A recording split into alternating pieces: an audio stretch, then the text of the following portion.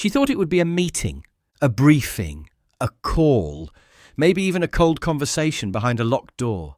But when Camilla opened the door that morning, she wasn't met with a voice.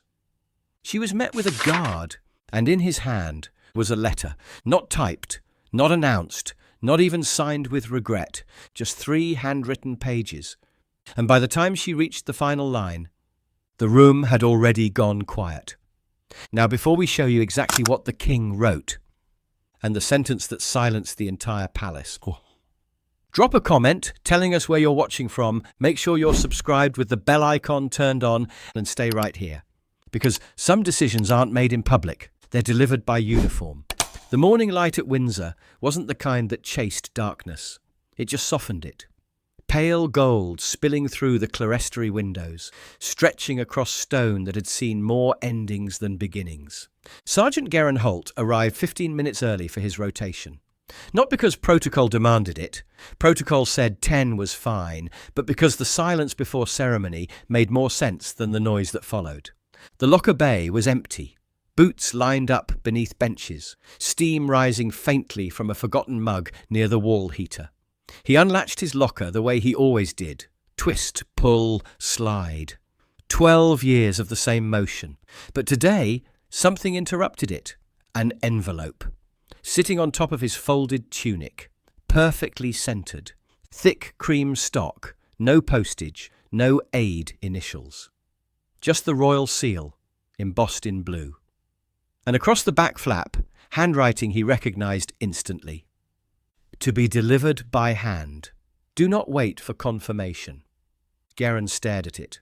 Not long, just long enough for the truth to settle in his chest like cold air. There were only a few reasons why a Coldstream guard delivered something directly. Death, sanction, finality. He lifted it without touching his uniform yet, light as breath, but heavier somehow, the way certain truths weigh more once you've held them. Behind the envelope was a folded rota slip, one line. Location, the Queen's study. Time 10:15 sharp. No name, no footman to brief him, just a room, a time, and the understanding that this wasn't ceremony. Garin closed the locker, changed without rushing. Tunic pressed, belt centered, gloves tugged over calloused hands. He polished the brass buckle with the edge of a towel, then slipped the envelope into his inside breast pocket. There were no questions to ask. Not for a man who'd stood post through 3 state funerals, 2 coronations, and more quiet removals than most civilians would believe happened inside these walls. He stepped into the hallway. Boots whispered across limestone. His hand settled over the envelope inside his coat, not protectively, just to remind himself it was still there. He exhaled once, quietly. A final notice doesn't arrive by post. It arrives by silence. And that silence was already in his pocket. Windsor never truly slept. But some mornings it held its breath. As Garin moved through the north corridor, his boots were the only sound that didn't feel borrowed. The castle's rhythms, so precise, so rehearsed, had gone quiet. Not in neglect, in caution. He passed 2 junior aides near the archivist wing. They should have been reviewing inventory for the Commonwealth dinner.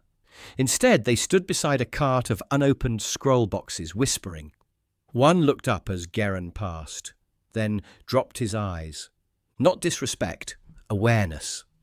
Further down, near the staff refectory, the floral team lingered around a delivery from Kent. White rose stems peeked over the crate rims, but no one arranged them. They just stood there. Garin said nothing. He passed them the way time passes windows, seen, not stopped. Near the Royal Archive wing, a young footman, barely 20, shoulders 2 tents for someone carrying nothing, stood frozen by the west threshold. He recognized Garin, or at least the insignia. "You're going upstairs?" Garin didn't stop, didn't answer. Just met the boy's eyes for a second and kept walking. Sometimes a nod was too much. The corridor narrowed as he approached the Queen's study.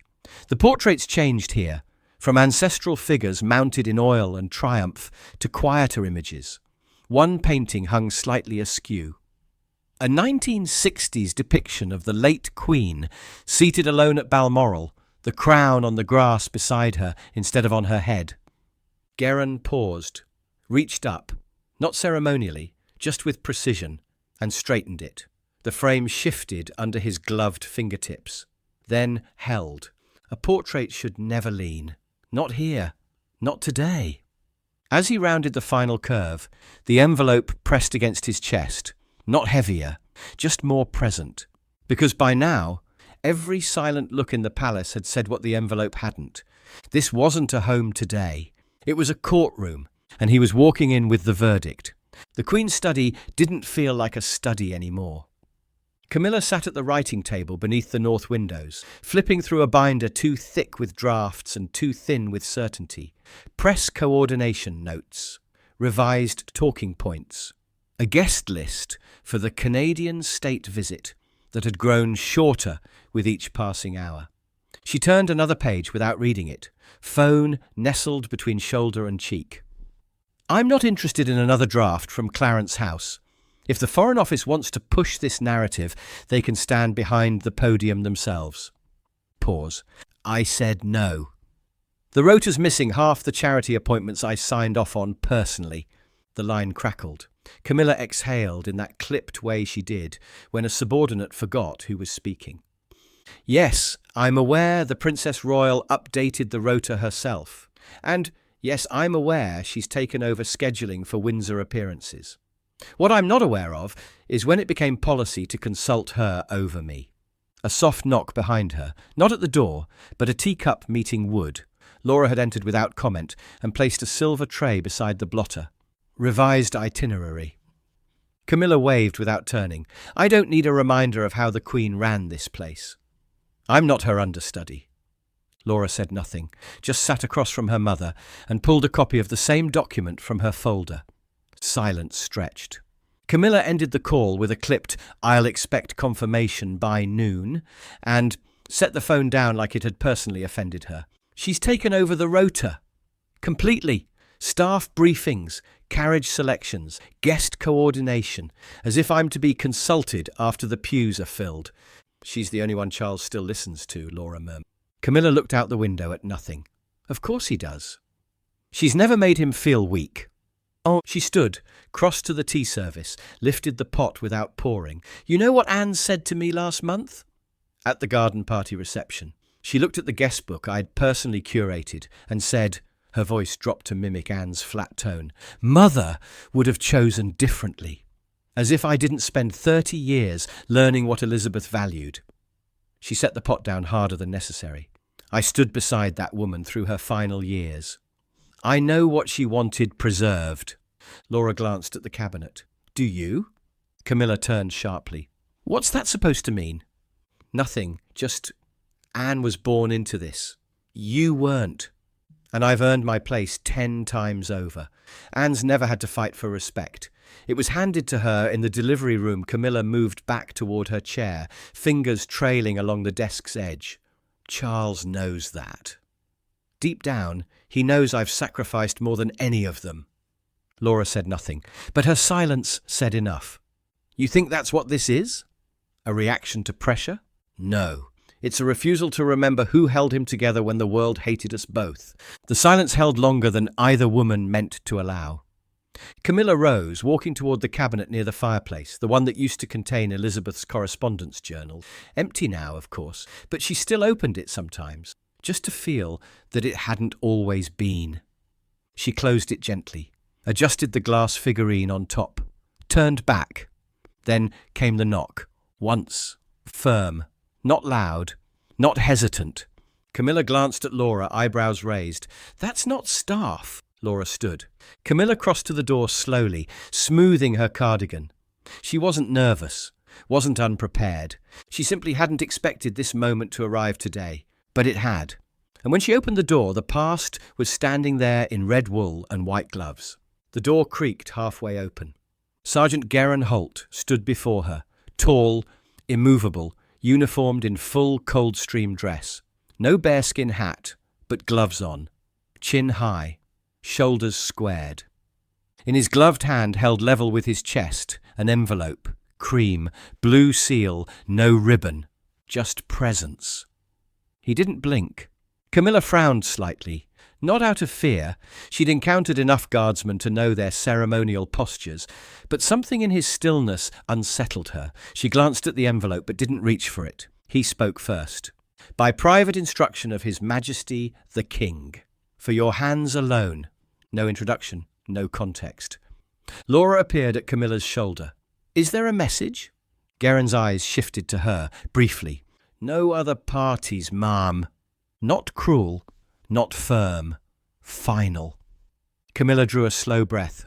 From the king, you say? Yes, ma'am. Handwritten seal. Private instruction. No copy retained. She studied him, then reached forward and took the envelope. Her fingers brushed his glove as she did. He didn't move. When it was in her hand, she stepped back. Thank you, Sergeant. He said nothing. She closed the door. Behind it, the air shifted. No gasp. No thundering heartbeat, just a tight stillness pressing inward from the edges. Laura broke it first. What's going on? Camilla didn't answer. She crossed to the writing table and slid a fingernail beneath the flap. Careful not to tear it. Peeled it open slowly, like she was afraid of what might spill out if she moved too quickly. One sheet, then another. 3 total. Not typed, not formatted, handwritten. She didn't sit. Didn't breathe fully. Laura stepped beside her, scanning the top. Her lips parted. She said nothing. Camilla read each line twice. Then, once more. Her fingers tightened around the second page before she forced them to ease. Outside the door, Garin remained exactly where he'd stood. Shoulders square, spine erect, eyes forward, not waiting for reply, waiting for confirmation. He didn't knock again. Didn't glance at his watch. Didn't lean. Because this wasn't a delivery. It was a line drawn in silence, and he was there to make sure it stayed sharp. Inside, Camilla finally looked up and said without inflection, "Get me Clarence House." Laura hesitated. "Mum, now!" But even as the words left her mouth, she knew. This wasn't something a call could undo. This wasn't about public duties. This was private removal. And the guard outside wasn't protection. He was the boundary.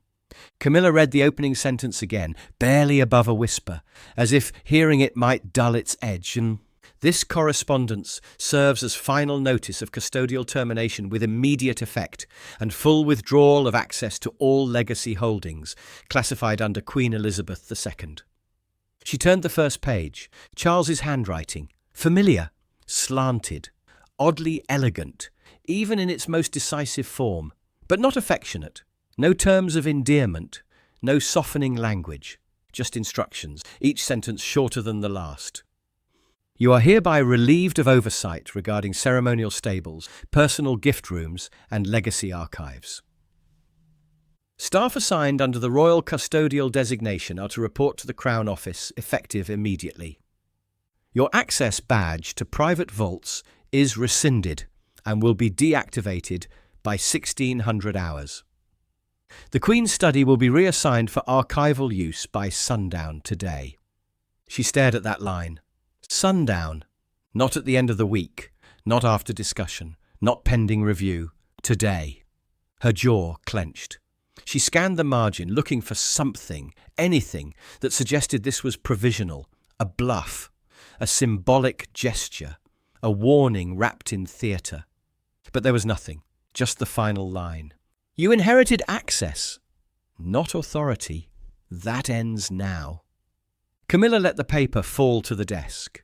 The corners curled upward as it settled. The room felt smaller. The windows still let in morning light, but it no longer reached the floor, just hovered, uncertain it was welcome. Across from her, Laura hadn't moved. Her eyes flicked between her mother's face and the page. This is direct, Camilla's voice was sharp. It's unprecedented. Is it? Laura asked quietly. Camilla picked up the telephone receiver. The line buzzed. Clarence House. Private line. Verification code. 128 King. Pause. Another voice. Soft, male, professional. Madam, the King is not accepting calls at this time. She blinked. Excuse me? I'm instructed to direct all inquiries to the Crown Office. Including yours. She hung up before he could finish. Laura stepped closer. I don't think you can override this. I don't need to override it. I just need to delay it. Distract him long enough for his mind to clear. Laura said nothing. This isn't his language. Not entirely. Anne's fingerprints are all over it. She looked again at the final paragraph. Legacy oversight, as previously shared in good faith, is now formally concluded. No further contact will be initiated. No negotiation, no ceremony, no conversation, only conclusion. Camilla crossed to the cabinet and opened it again. Empty. But now the emptiness felt deliberate. She closed it. Then turned toward the door. The guard would still be standing there. She knew it. Because this wasn't a letter. It was the first lock on a closing vault, and she was still inside. The door opened. Not with a slam, but firm enough to echo. Sergeant Garin Holt didn't flinch. His posture hadn't changed since he'd delivered the envelope. Feet planted, eyes forward, arms at his sides, not a messenger, a boundary marker. Camilla stepped out, letter folded in her hand, expression composed but stretched thin. You stayed? He nodded once, until instructed otherwise. She exhaled, meant to sound dismissive. It wavered. This is an improper use of guard time. You are not security. You are not courier service. You have no business standing here. He didn't respond. Do you know who authorized this task? Yes, ma'am. Then I'd like to speak to the marshal. The marshal signed it. The silence wasn't long, but it was loud. Camilla stepped closer, lowering her voice. You think this is legal? No, ma'am. I think it's final. Her jaw twitched. She turned to Laura, who lingered at the threshold. Get me the private solicitor. We'll file a challenge. This is unlawful restriction of institutional roles. She doesn't get to win like this. Laura said nothing. Her eyes flicked to Garin, then away. Camilla turned back. You think this is about protocol? It's not. This is about Anne. She's been whispering in his ear for months. Slow poison. Guilt-wrapped. She's never forgiven me. Still, Garin remained still. She took another step forward. You think because you wear that uniform, you're insulated from what this really is. It's a family fight, Sergeant, one with consequences far above your station. He didn't blink. You should have refused. My orders were clear. Orders, she scoffed. If every man who followed orders blindly had any decency, half this country's worst decisions would have never happened. I followed duty. There's a difference. Her eyes flared. Do you even understand what you've done? Now he looked at her directly. Ma'am, I didn't write the notice. I delivered what no one else had the spine to. The words landed like a gavel. Camilla's breath caught. She recovered quickly, but not quickly enough. You think you're noble? Standing there like some kind of institutional guardian? No, ma'am. Then what? Consistent. She laughed. Sharp. Bitter. Consistent. How lovely. Tell me, Sergeant, when you stood post at the Queen's funeral, did you think about consistency then? Or did you just stand there watching me grieve beside a man who'd just lost his mother and think... She stepped closer, voice dropping to something dangerous.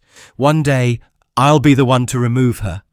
Garin's expression didn't change. I thought about the woman in the coffin and what she'd want protected after she was gone. Camilla froze. And I think, he continued quietly, she'd want her letters returned. Her correspondence respected. Her rooms left the way she designed them. The silence that followed was absolute. Laura took a breath behind her mother. Camilla's expression didn't change, but something in her posture did. Her shoulders dropped, just slightly. I stood beside him through the worst of it, through scandal, through grief, through the Queen's funeral, through the hate. Yes, Garin said, and now you've stood long enough. She stared at him, then said, very quietly, Get off my corridor. I can't. Not until the study is cleared. That was the order. She looked back at the closed door behind her. Her study, her place, her claim. But not anymore. And the man in front of her wasn't just here to enforce that. He was here to prove it. The door to the king's private study had been closed for nearly 2 hours when Princess Anne stepped inside. She didn't knock, Charles looked up from a stack of correspondence, unread. His spectacles sat unused on the desk. Daylight had shifted from gold to silver, casting the carpet in long diagonal shadows. His hands rested over a folded document he hadn't yet signed. Anne moved without ceremony, placed a slim folder on the table in front of him. The label read, Custodial Overreach, Compiled Incidents, 2023 to 2025. Underneath, in her unmistakable handwriting, Legacy Conflicts, repeated asterisk. Charles stared at it, didn't open it. She's been reassigned from 4 committees, Anne said quietly, without notice to the advisory board. He didn't respond. She's intervened in 2 archival projects. One she's not cleared for, the other she altered. Still nothing. And the Queen's letters are missing from the long room shelf. We confirmed it last night. Aides say they were moved, without documentation. Charles finally spoke, voice gravelled and slow. If I do this, I lose peace. Anne stood still. You already lost peace. She stepped closer, not confrontational, just present. What you'll gain is boundaries. Charles closed his eyes. The room didn't feel like power. It felt like weight. History pressed into every corner, the portraits, the floorboards, the crown sitting in the drawer beside him, untouched since spring. She held me together when Mother died. I know. She made it survivable. I know that too. He reached for the fountain pen. Fingers brushed the capped nib without lifting it. Then he looked toward the window, where the rose garden waited in quiet bloom beneath a soft wind. A memory surfaced, unbidden but sharp. 3 months after the funeral, he'd been sorting through his mother's personal papers in the Red Room when he'd found them. Letters, dozens of them. Small notes she'd written to him over the years. Advice, encouragement, gentle corrections. He'd never known she kept copies. But when he'd asked for the matching set, the ones he'd written back to her, they were gone. Staff couldn't locate them. The archive had no record, and when he'd finally asked Camilla, casually, if she'd seen them during her cataloguing work, she'd paused just long enough before saying no. 2 weeks later, he'd found one. Just one. In a display case she'd been arranging for a private exhibition. His handwriting, his mother's name, framed like a trophy. He'd said nothing then, removed it quietly, but he'd known.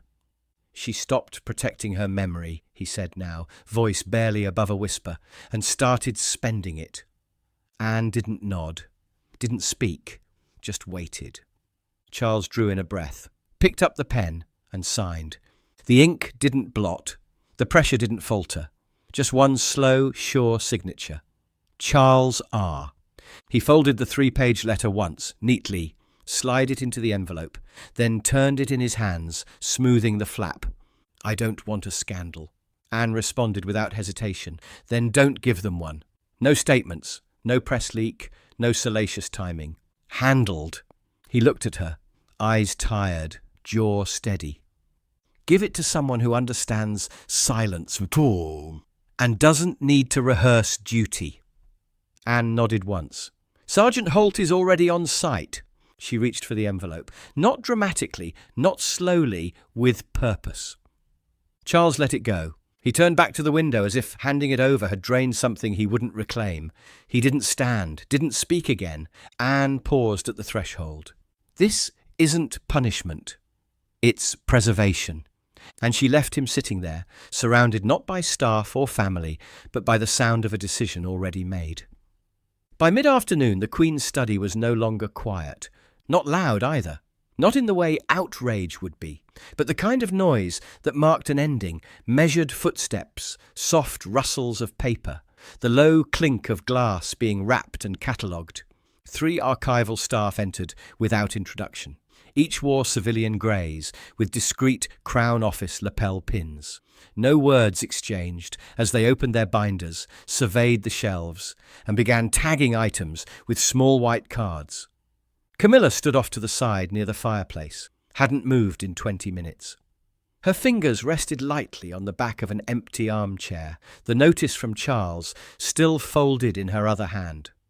Laura hovered by the desk, eyes scanning the quiet process. The floral arrangement had been moved aside. The family photographs were already gone. "I didn't think they'd be so fast," Laura murmured. "They've been waiting." "For how long?" Camilla's eyes remained on a cabinet near the eastern wall. "Probably since Balmoral."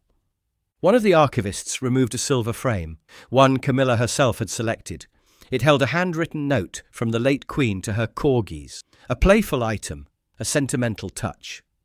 Now it disappeared into a padded case without a sound. Another approached the writing desk, lifted a leather-bound journal, burgundy, with gold leaf edges. The Queen's personal garden diary. Camilla had moved it here last spring, said it brought life to the room, but it had lived in Elizabeth's Balmoral study for 40 years before that. Gone. Then the small crystal vase near the window, a gift from the Queen Mother. Camilla had repositioned it twice, saying it caught the light better here, but Elizabeth had kept it on the mantel in the morning room, always filled with whatever bloomed first each season. Now it was wrapped in tissue and placed in a labelled crate. Laura watched each item disappear. She didn't take them to destroy them. She thought she was honouring her. Camilla's voice was barely audible. "I know. Then why does it feel like theft?" Camilla didn't answer, because she knew that too. "You don't have to stay," Laura whispered. Camilla didn't answer. Outside the door, Garin remained. Hadn't spoken since morning, hadn't moved save to step aside for the archive team. He wasn't there to supervise, he was there to witness. After several minutes, Camilla finally crossed the room and sat on the edge of the chair she'd once claimed for weekly briefings. She stared at the portrait above the fireplace. A simple rendering of Queen Elizabeth, mid-profile, reading a letter.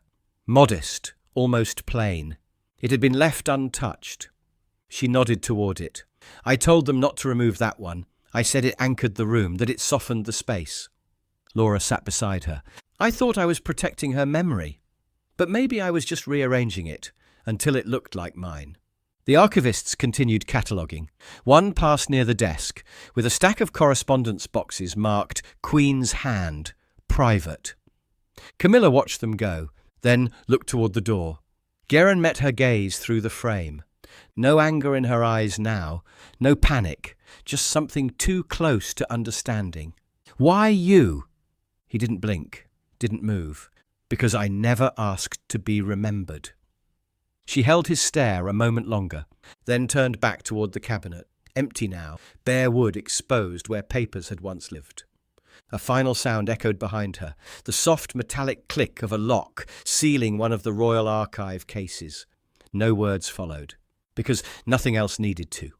The corridor to the archive vault was colder than the rest of Windsor, not temperature.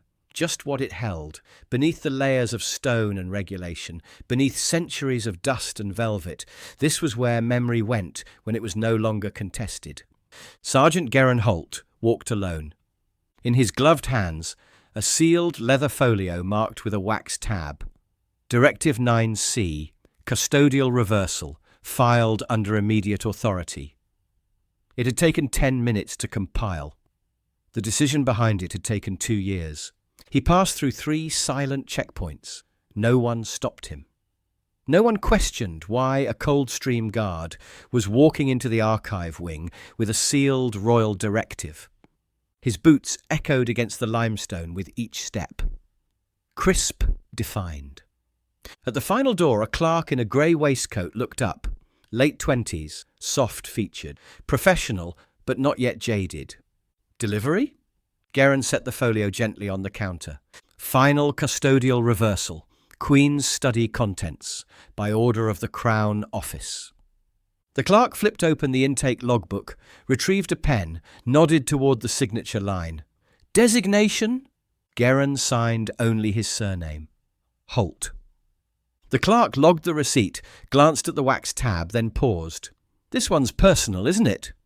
Garin didn't answer immediately. Then, "It's private. That's different." The clerk nodded, placed the folio into a brass-framed, fireproof vault drawer, turned the wheel, and closed it with a heavy click. One last sound. One final resting place. As the drawer locked, a gentle hum passed through the chamber, part mechanical, part environmental, as if the castle itself acknowledged the intake. The clerk looked up. They say the castle remembers everything. Garin nodded once, especially the parts people try to forget. He turned and walked out. The air shifted as he re-entered the main hallway. Sunlight now poured at a low angle across the marble, brushing stone with pale fire. The portraits along the corridor seemed sharper, less like history, more like witness. Halfway back toward the east courtyard, he passed the same painting of Queen Elizabeth by the river. Except now it wasn't crooked. Someone had straightened it, and the sunlight had caught the edge of the frame, gilding it in quiet gold. Outside he paused near the west window and looked once toward the Queen's study. The door was closed. No more archivists, no voices, just stillness. And behind it, a space no longer occupied, but restored. A junior guard passed by. Fresh uniform, nervous gait. He looked at Garin curiously. "Is it true? They're saying she's out, that she's not coming back." Garin didn't pause. "She never owned the room. She was just borrowing it." And with that, he walked on. Do you think Camilla ever truly believed she'd earned that room? Was Charles right to let silence deliver the final decision instead of public spectacle? Or was this something she knew was coming all along? Tap, like if you believe some notices don't need an explanation. Make sure you're subscribed with the bell icon turned on, and share this with someone who still remembers how legacy was once protected. Our next story is already waiting, so check it out on your screen. We'll see you tomorrow, same time, same place.